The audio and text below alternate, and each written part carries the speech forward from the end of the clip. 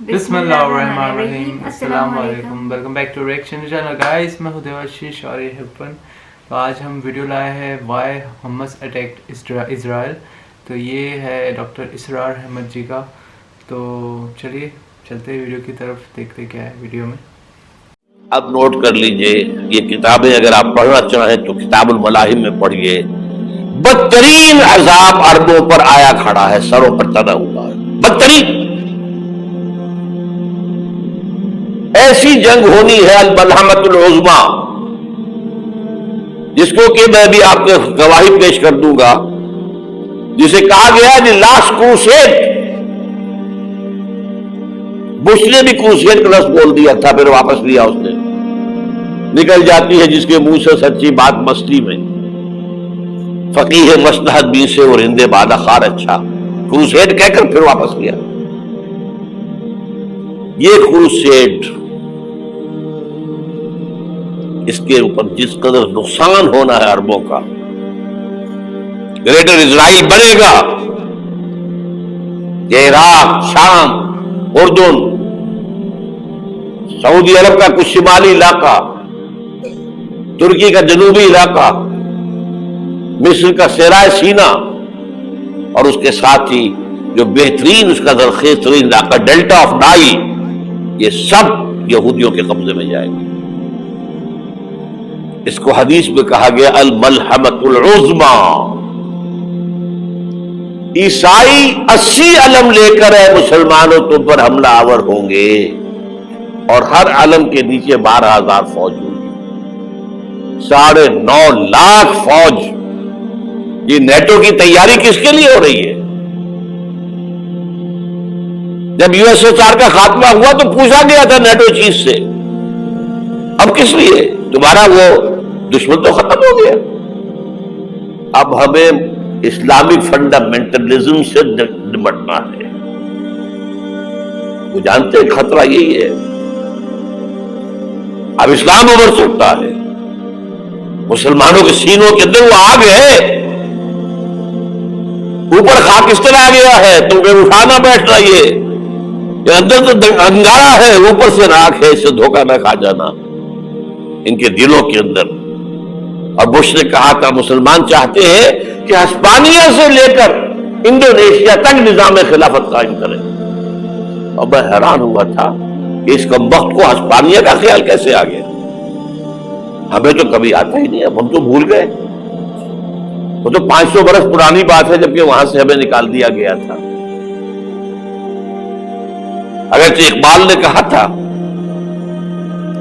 ہے ارض فلسطین پہ یہودی کا اگر حق، ہسپانیہ پر حق نہیں کیوں اہل عرب کا. ہسپانیہ میں تو 800 سال حکومت کی مسلمانوں نے، اور ابھی 500 برس سے گزرے ہیں نا. یہودی تو ارض مقدس سے 2000 سال نکالے گئے. انہیں لا کے آباد کیا گیا، عربوں کے سینے میں خنجر پھونک دیا گیا. وہ چھوٹا سا ملک جو چاہتا کرتا، کوئی پوچھنے والا نہیں. امریکہ جیسے اپنے بیٹے کی حفاظت کرے ویسے کرتا ہے اس کی. اور حضور نے فرمایا ہے وہ جنگ جب ہوگی تو ایک باپ کے اگر 100 بیٹے ہوں گے تو 99 ختم ہو جائیں گے، ایک بچے گا. یہ حدیث ہے، حدیث ہے صحیح. اور آپ نے فرمایا ویل للعرب من شر قد اقترب. عربوں کے لیے ہلاکت ہے، عربوں کے لیے بربادی ہے اس شر سے جو قریب آ چکی. اور آج جس طرح انہوں نے ان کی تہذیب کو اختیار کر لیا ہے، دبئی جا کر دیکھیے، بدترین مغربی معاشرہ جو ہے وہ دبئی کے اندر ہم نے قائم کر کے دکھا دیا. اب سعودی عرب اس راستے پر بڑھ رہا ہے. اور اس کے بعد نمبر 2 پر جو ہے ہم پاکستانی ہیں. لیکن میں اس کے وہ پہلی بات جو کہہ رہا ہوں وہ تو یقینی ہے، اس میں تو احادیث صحیحہ موجود ہے. اگرچہ اس کے بعد پانسا پلٹے گا، پھر حضرت مہدی کا ظہور ہوگا، حضرت عیسیٰ کا نزول ہوگا. اور وہ گریٹر اسرائیل گریٹر گریویارڈ بنے گا یہودیوں کا، ایک ایک یہودی قتل ہوگا اور دفن ہوگا. یہ بات میں ہونا ہے، میں پہلی بات بات کر رہا ہوں. وہ پاسا پلٹے گا جب پلٹے گا. ابھی جو سامنے ہے وہ کیا ہے؟ جس ملحمۃ العظمیٰ کہا حضور نے، جسے آرمگیڈون کہتے ہیں عیسائی. آرمگیڈون کی اگر کہیں جا کر آپ دیکھیں گے، آپ ڈکشنری میں مانی تو کیا لکھا ہے؟ A very big war which will be fought between the forces of evil and good before the end of this world. اس دنیا کے خاتمے سے پہلے خیر اور شر کی قوتوں کے درمیان بہت بڑی جنگ ہوگی. ارمجدون اسے کہتے ہیں عربی میں، اور آرمگیڈون اسے کہتے ہیں انگریزی کے اندر. اور یہ بائبل کی آخری کتاب کے اندر ہے، جو اس میں کہ مکاشفات یوحنا، ریویلیشنز آف سینٹ جان. یہ تو میں کہہ رہا ہوں یقین کے ساتھ، اور زیادہ دور نہیں ہے، آیا چاہتا ہوں. اس لیے کہ یہودیوں کا اور عیسائی جو کنزرویٹوز ہیں، نیو کنزرویٹوز، ان کا 5 نکاتی ایجنڈا ہے متفق علیہ، جس کے تحت کہ یہ جنگ صلیبی شروع کی گئی ہے. تو سن لیجئے آپ. آرمگیڈون نمبر 1، گریٹر اسرائیل قائم ہو جانا اس کے نتیجے میں نمبر 2، مسجد اقصی اور قبۃ الصغریٰ کو گرانا نمبر 3، وہاں تھرڈ ٹیمپل، وہ مسجد جو حضرت سلیمان نے بنائی تھی 1000 قبل مسیح میں، پھر برباد کی تھی نیبوکدنیزر نے، دوبارہ بنائی گئی، پھر دوبارہ ختم ہوئی 70 عیسوی اور تک گری پڑی. ان کا خانہ کعبہ گرا ہوا ہے 70 عیسوی سے لے کر آج تک. ایک دیوار ہے ویلنگ وال، جہاں جاتے ہیں، روتے ہیں، پیٹتے ہیں، ماتم کرتے ہیں. وہاں وہ بنے گا تھرڈ ٹیمپل. اور نمبر 4، اس میں لا کر رکھا جائے گا تخت حضرت داؤد کا. یہ تخت کہاں ہے اس وقت؟ یہ لندن شریف کے اندر جو ان کی پارلیمنٹ کا جو چرچ ہے، ویسٹ منسٹر ایبے، اس میں رکھا ہوا ہے. ایک پتھر تھا جس پر بٹھا کر حضرت داؤد کی تاج پوشی ہوئی، پھر حضرت سلیمان کی ہوئی، پھر وہ پتھر رکھ دیا گیا جب حضرت سلیمان نے بنایا ہیکل مسجد اقصی. باہر رہا وہ، ہر بادشاہ جو تھا یہودی اسی کے اوپر بٹھا کر اس کی تاج پوشی ہوتی تھی. سن 70 میں ٹائٹس نے گرایا اسے ہیکل کو، وہ پتھر لے گیا، وہاں سے روم گیا، روم سے آئرلینڈ گیا، آئرلینڈ سے اسکاٹ لینڈ آیا، اسکاٹ لینڈ سے انگلینڈ آیا، اور اب وہ رکھا ہوا ہے 14ویں صدی عیسوی سے آج تک. وہ ویسٹ منسٹر ایبے میں رکھا ہوا، ایک کرسی کی سیٹ میں اسے بنا دیا گیا ہے تخت کی شکل. اب انگریزوں میں کوئی ملکہ ہو، کوئی بادشاہ ہو جس کی بھی تاج پوشی ہونی اس میں ہو، یہ لا کر رکھا جائے گا تھرڈ ٹیمپل میں. اور اس پر یہودیوں کے خیال کے مطابق ان کا مسیحا آئے گا جو مسیح دجال ہوگا. عیسائیوں کے خیال کے مطابق حضرت عیسیٰ آئیں گے، وہ ہمارا بھی خیال ہے حضرت عیسیٰ آئیں گے علیہ السلام. بارہ یہ تو بات کی باتیں ہیں نا. اس وقت جو میں عرض کر رہا ہوں عربوں پر بہت بڑا عذاب، اور پاکستان کا معاملہ البتہ یہ ہے، میں یقین سے نہیں کہہ سکتا. ہینگنگ ان دی بیلنس، ہو سکتا ہے اللہ تعالیٰ ہم پر رحم فرمائے، ہو سکتا ہے، اگرچہ اس کی کچھ شرائط ہوگی. چمن کے مالک اگر بنا لے موافق اپنا شعار، اب بھی چمن میں آ سکتی ہے پلٹ کر چمن سے روٹھی بہار، اب بھی ہو سکتی ہے. اور یہ بھی ہو سکتا ہے کہ اللہ تعالیٰ نے معجزانہ طور پر ہمیں ملک دیا، ہم نے اللہ سے بدعہدی کی، وعدہ خلافی کی، غداری کی، لہذا سزا دی جائے اور ہم سے یہ ملک چھین لیا جائے. It's just possible. دور نہ سمجھے، اسے انہونی بات نہ سمجھے. جو گھیراؤ ہو رہا ہے آپ کا، آپ کے مغرب میں نیٹو فورسز اور مشرق میں بھارتی فورسز گدھوں کی طرح بیٹھے ہوئے انتظار کر رہے ہیں پاکستان اور ڈسٹیبلائز ہو جائے، یہاں اور بدامنی ہو جائے۔ اب لاہور میں پھر آج دھماکے ہو گئے ہیں، 2 دن پہلے کا دھماکہ میں سہ کے آیا ہوا ہوں، آپ کے سامنے بیٹھا ہوں۔ وہ جانیں بچی ہیں جو ہماری اکیڈمی کا حشر ہوا وہ تو میں آپ کو نہیں بتا سکتا۔ یہ سارا کیوں ہو رہا ہے؟ تاکہ یہاں بدامنی ہو جائے اور ہمیں جواز مل جائے، مغرب سے نیٹو فورسز داخل ہو جائیں، مشرق سے بھارتی فورسز آ جائیں اور ہمارے ایٹمی دانت توڑ کر اور پھر ہمیں بھارت کے سامنے ڈال دیا جائے۔ Now do as you like۔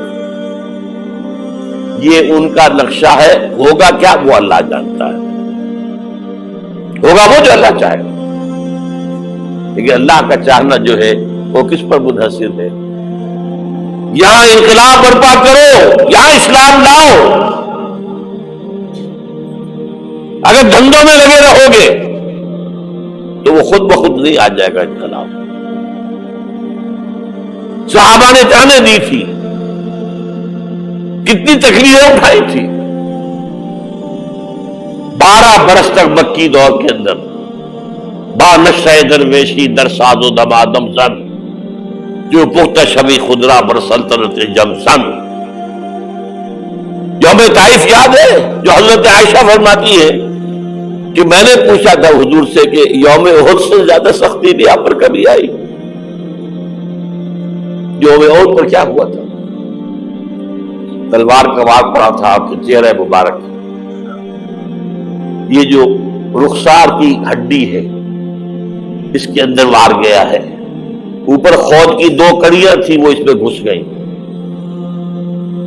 2 دندان مبارک شہید ہوئے۔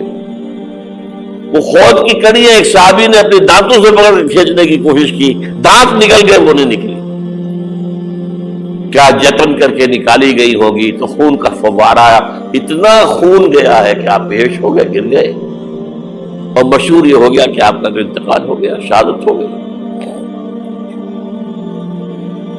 یہ سیرت کبھی پڑھی ہے؟ حضرت عائشہ کے ہوش کا تو یہی دور تھا نا، یوم طائف میں جو آپ کیا تھی، بچی تھی،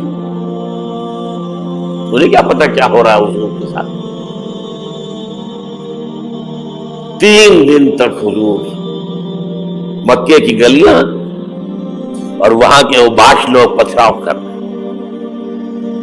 گئے تھے اس امید میں کہ شاید وہاں کا کوئی سردار ایمان لے آئے، تو یہاں تو ابو طالب بھی فوت ہو گئے، یہی دنیاوی سہارا تھا، خاندانی سہارا تھا ابو طالب کے ذریعے، اور گھر میں ایک دلجوئی کرنے والی رفیقہ حیات تھی، وہ بھی ان کا بھی انتقال ہو گیا۔